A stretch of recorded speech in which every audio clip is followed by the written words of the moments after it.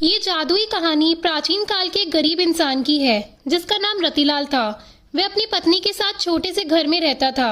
रतिलाल दैनिक भिक्षा मांगने जाया करता और जो कुछ भी मिलता उससे अपना और अपनी पत्नी का जीवन यापन किया करता। एक बार सारा दिन भिक्षा मांगने के बाद उसे केवल एक मुट्ठी चावल हाथ लगे और वह अपने घर पहुंचा तो उसकी पत्नी दुखी होकर बोली, घर में तो अनाज का एक दाना भी नहीं बचा है और आप एक मुट्ठी चावल ही लाए हैं। भला इसमें कैसे हम अपना पेट भर सकते हैं। और वह थक हार के घर में ही बैठा था कि द्वार पर एक भिक्षुक आ जाता है और वह कुछ खाने के लिए मांगता है। रतिलाल धर्म संकट में फंस जाता है। अब वह एक मुट्ठी चावल अपनी पत्नी को दे या सामने खड़े भिक्षुक को, लेकिन वह द्वार पर आए किसी व्यक्ति को बिना कुछ दिए जाने नहीं दे सकता था। इसीलिए उसने वह चावल भिक्षुक की टोकरी में डाल दिए। रतिलाल की पत्नी अंदर काम कर रही थी और जैसे ही वे बाहर आई तो रतिलाल ने भिक्षुक को चावल देने वाली बात बता दी और इस बात को सुनते ही रतिलाल की पत्नी गुस्से में आ गई। तभी रतिलाल ने बताया, चावल के बदले भिक्षु ने उसे एक पतीला दिया है और उन्होंने कहा है कि अब से खाना इसी में बनाना।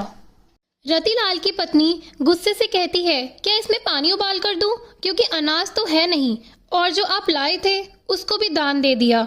और जैसे ही वह पतीले को उठाती है तो उसे कुछ वजन का एहसास होता है और वह पतीले को खोलकर देखती है तो चौंक जाती है क्योंकि उसमें उन दोनों के लिए पका हुआ खाना रखा होता है।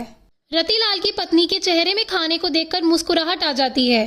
दरअसल उसने कई दिनों से ठीक से खाना नहीं खाया था, लेकिन रतिलाल यह नहीं समझ पा रहा था कि वह भिक्षु तो उसे खाली पतीला देकर गया था, तो इसमें खाना कहाँ से आया। और वह आश्चर्य से यह बात अपनी पत्नी को कहता है, लेकिन वह कई दिनों से भूखी है इसलिए उसकी बात नजरअंदाज करके खाने को घूरती रहती है और अपने पति से कहती है, बड़े दिनों के बाद इतना स्वादिष्ट भोजन देखने को मिला, चलिए खाते हैं। और रतिलाल खाना खाने बैठ जाता है, लेकिन अभी भी उसका ध्यान उसी बात पर टिका होता है और यह बर्तन जादुई पतीला है। भोजन करने के बाद वह अपनी पत्नी से अपने दिमाग में चल रही उथल पुथल के चलते यह बात कहने से अपने आप को रोक नहीं पाया कि जरूर ये जादुई पतीला है जिससे इच्छा अनुसार भोजन प्राप्त किया जा सकता है।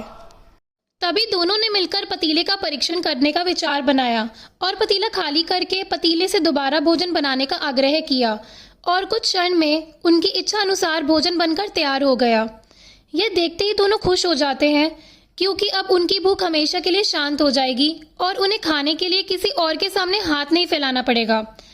खुश होकर दोनों ने राज्य में ऐलान कर दिया कि वे सारे राज्य को खाना खिलाएंगे। यह बात दूर दूर तक फैल गई कि कोई गरीब इंसान ऐसा धनवान बना है जो पूरे राज्य को भोजन पर आमंत्रित कर रहा है। और अगले ही दिन रतिलाल के घर के सामने हजारों की तादाद में लोगों का हुजूम उमड़ पड़ा, जिसमें से ज्यादातर लोग तो यह देखने आए थे कि भला यह गरीब इतने सारे लोगों को कैसे खाना खिला पाएगा।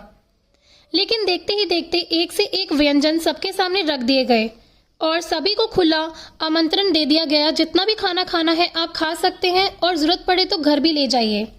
ये सुनते ही राज्य के सभी लोगों ने जी भरकर खाना खाया और अपने साथ अपने परिवार के लिए भी लेकर गए, लेकिन खाना खत्म नहीं हुआ। यह देखकर कुछ लोगों के मन में शंका उत्पन्न होने लगी और उन्होंने राजा से जाकर शिकायत कर दी कि महाराज, जरूर उसने कोई चोरी की है कि अन्यथा उसके पास इतना धन कहाँ से आएगा कि वह पूरे राज्य को भोजन करवा सके। और राजा भी सच जानना चाहता था। राजा ने रतिलाल को अपने दरबार पर बुलाया। रतिलाल ने जादुई पतीले की बात राजा से कह दी। राजा के मन में पतीले की बात सुनते ही लालच आ गया और उसने रतिलाल से वह पतीला प्राप्त कर लिया, लेकिन राजा के हाथ में पतीला आते ही बेअसर हो गया। राजा को लगा कि जादुई पतीले की बात झूठ है और उसने रतिलाल को गिरफ्तार कर लिया और उस पर चोरी का आरोप लगाया। रतिलाल सबके सामने चिल्लाता रहा, मैंने चोरी नहीं की, लेकिन उसकी बात पर किसी ने यकीन नहीं किया। राजा ने आदेश दिया कि रतिलाल का पतीला नदी में विसर्जित कर दिया जाए और रतिलाल जब तक अपनी चोरी की गलती स्वीकार न कर ले तब तक कारागार में ही रखा जाए। और जैसे ही पतीले को पानी में विसर्जित किया जाता है, राजा के महल में चारों तरफ पानी बहने लगता है और देखते ही देखते राजा का महल पानी की बाढ़ में डूबने लगता है। राजा अचानक अपने महल की ऐसी स्थिति से घबरा जाता है। उसे समझ में नहीं आता कि यह कैसे हो रहा है। तभी वह अपने राज्य के ज्योतिष आचार्य से चर्चा करता है और आचार्य उसे बताते हैं कि तुमने एक निर्दोष व्यक्ति को कारागार में डालकर अपराध किया है, इसलिए आपके महल की यह स्थिति हो गई है और यदि आपने उसे कारागार से वापस नहीं निकाला तो इस राज्य का सर्वनाश हो जाएगा।